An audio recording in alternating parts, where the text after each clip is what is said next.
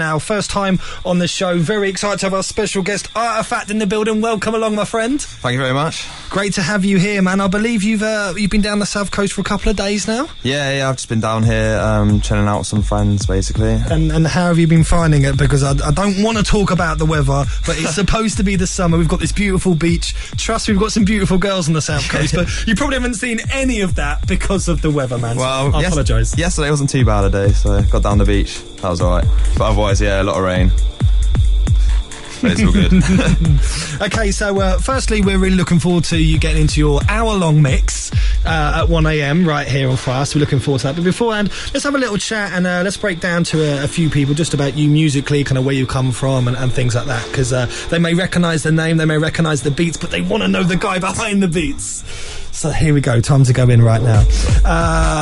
Hailing from Bristol, musically, your influences have changed quite a bit through, you know, being brought up Swindon, that kind of way. So how did you catch the musical bug? Well, it was when I was younger, doing the whole band thing, and through that got into dubstep and stuff, and moved to Bristol in hope of playing dubstep, but found kind of like UK funky and house and techno, and just kind of moved on into that, really, and found myself a lot happier there. And yeah, Bristol as well is a great place for that. There's obviously a lot of young talent. And it's such a varied area musically, exactly. In terms of going out and structure and stuff, isn't there? There's a lot going on there. It's a great scene.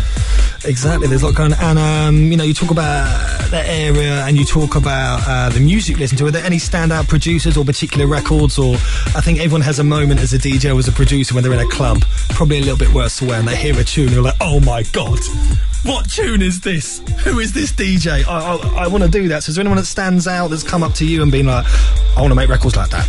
Well, coming out of Bristol? Anywhere in general, man. Anywhere in general. I think Mosca, to be honest with you, pretty much his last 3 releases have been gold, and every single one's to have that effect on me and jumped out on me and made me want to push myself harder, basically. That's what it's all about, though. Nothing but healthy competition, and there's people out there pushing things forward. It gives you a little nudge. You think, I want to make my own thing.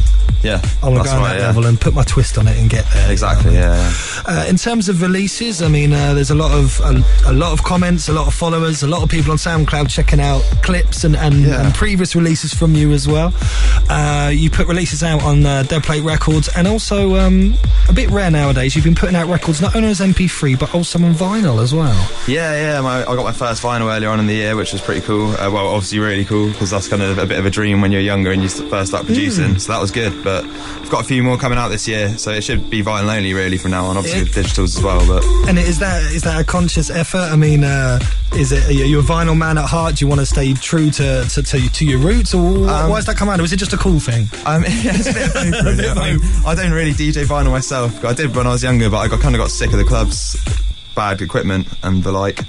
But I mean, I think it's just nice to have something physical that people can buy and hold in their hands and take home, you know, rather than just a digital MP3, which is pretty disposable at the end of the day. Excellent. And I got to ask you, how old are you? I'm 24.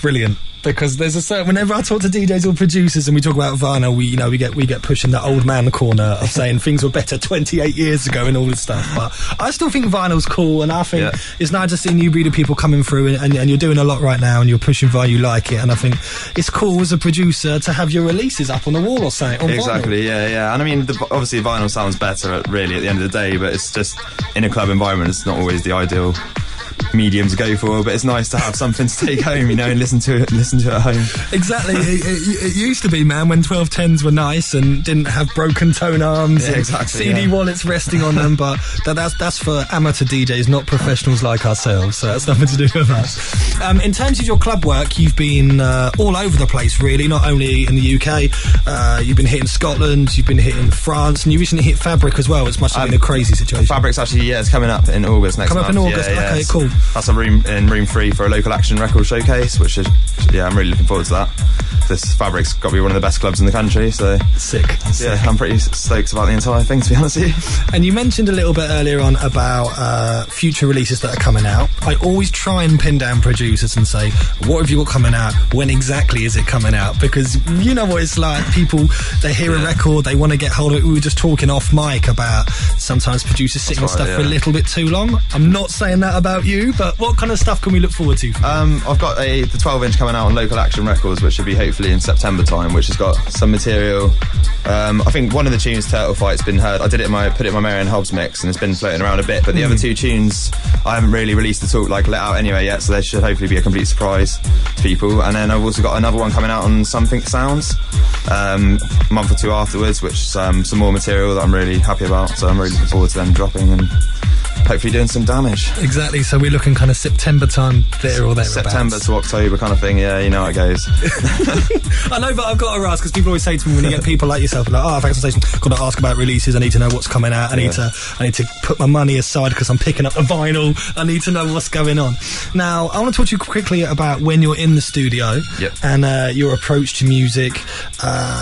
Is it something that flows naturally? Do you tend to get like kind of producer's block a lot? Are you a perfectionist? Do you stay in there deep in the night thinking the tune's finished, but maybe if I do that, what about that little touch up, that little re-edit? How do you work in the studio, man? Well, I mean, I think I work like a lot of people, just building the track up in blocks and building it right up into the big song and the arrangement. But the producer's block thing, obviously, it's what we call producer syndrome, some of me and my friends, and we've all been moaning about it a lot lately because, I mean, obviously, if you keep making tunes, you kind of hit a dry point for a while, and that can get to you and stress you out a bit, but then it comes back and then you're back in the game, and so it's up and down, but when you've got it flowing, it feels really good.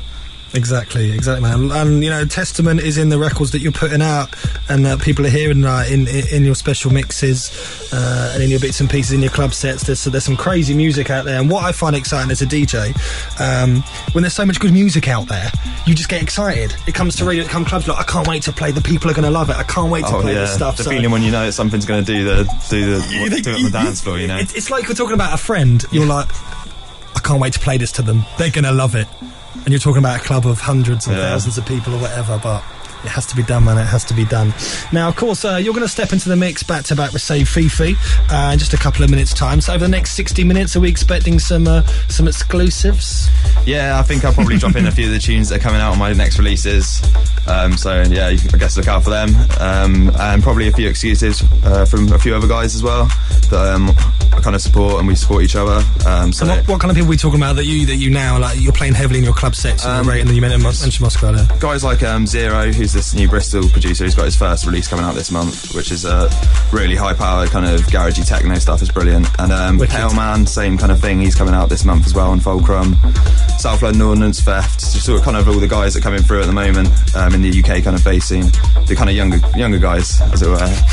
But there's some serious talent, so I'm sure it's going to sound, I think everyone's going to enjoy it. Wicked, man. Well, we're definitely looking forward to it, and Facebook and Twitter have been popping off today because it was kind of a last-minute hookup. So I want to say big shout out to the boys in the studio who've managed to sort this out. But when people knew you were coming in the studio, like, nice, you want to hear some vibes. So before we get into your mix, in terms of online, people keeping in contact with you, checking out your club dates, and also those release dates as well. What's the best way for people to keep up to date, man?